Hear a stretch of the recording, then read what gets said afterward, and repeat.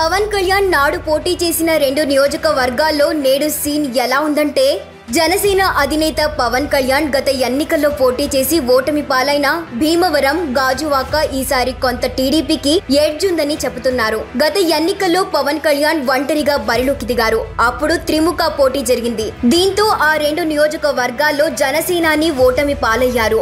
ఆయన తొలిసారి 2 నియోజకవర్గాల్లో బరిలోకి దిగడం, 2 చోట్ల ఓటమి పాలు కావడం ఆయన కూడా ఊహించలేదు. దీంతో ఆయన తన ప్రత్యర్థుల నుండి తీవ్ర స్థాయిలో విమర్శలు ఈ 5 ఏళ్ల పాటు ఎదుర్కోవాల్సి వచ్చింది. అయితే ఈసారి పవన్ కళ్యాణ్ 2 చోట్ల పోటీ చేయలేదు. ఒకే ఒక్క నియోజకవర్గం నుండి బరిలోకి దిగారు. పిఠాపురం నుండి మాత్రమే ఆయన పోటీ చేసి తన అదృష్టాన్ని పరీక్షించుకుంటున్నారు.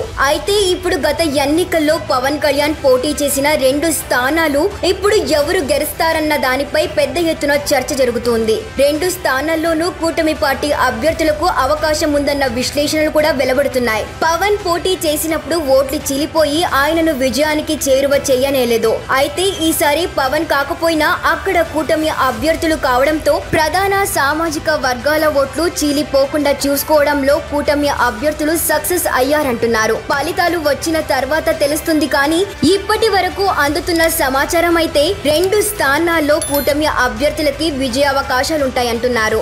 గాజువాక నియోజకవర్గాన్ని తీసుకుంటే అక్కడ ఈసారి మంత్రి గుడివాడ అమర్నాథ్ వైసీపీ అభ్యర్థిగా బరిలోకి దిగారు. పల్లా శ్రీనివాసరావు కూటమి అభ్యర్థిగా టీడీపీ నుండి బరిలో ఉన్నారు. అయితే ఇప్పుడు పోటీ నువ్వా నేనా అన్న రీతిలో సాగిందన్న విశ్లేషణలు వెలువడుతున్నాయి. గాజువాక నియోజకవర్గం కావడంతో స్టీల్ ప్లాంట్ కార్మికులు ఎటువైపు మొగ్గు చూపారన్న దానిపై గెలుపోటములు ఆధారపడి ఉంటాయి. మరోవైపు సామాజిక వర్గాల పరంగా 2 బలమైన నేతలు. పల్లా శ్రీనివాసరావు యాదవ సామాజిక వర్గం నేత కాగా గుడివాడ అమర్నాథ్ కాపు సామాజిక వర్గం నేత.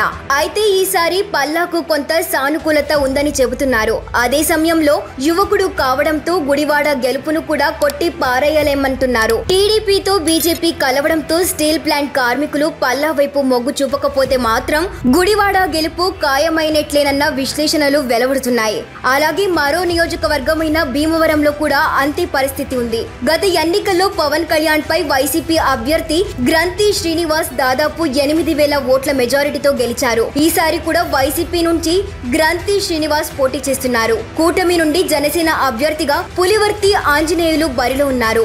ఈయన టీడీపీ నుంచి జనసేనలోకి మారి సీట్లు దక్కించుకున్నారు. గత ఎన్నికల్లోనూ 55,000 ఓట్లను టీడీపీ తరపున పోటీ చేసి తెచ్చుకున్నాడు. అయితే 2 కాపు సామాజిక వర్గం నేతలే. అయితే క్షత్రియ సామాజిక వర్గంలో అధిక శాతం మంది ఈసారి కొంత జనసేన వైపు మొగ్గు చూపినట్లు అంటున్నారు. అదే సమయంలో భీమవరాన్ని జిల్లా కేంద్రంగా చేయడంతో గ్రంథి శ్రీనివాస్ విజయాన్ని కూడా కొట్టి పారేయాలమంటున్నారు.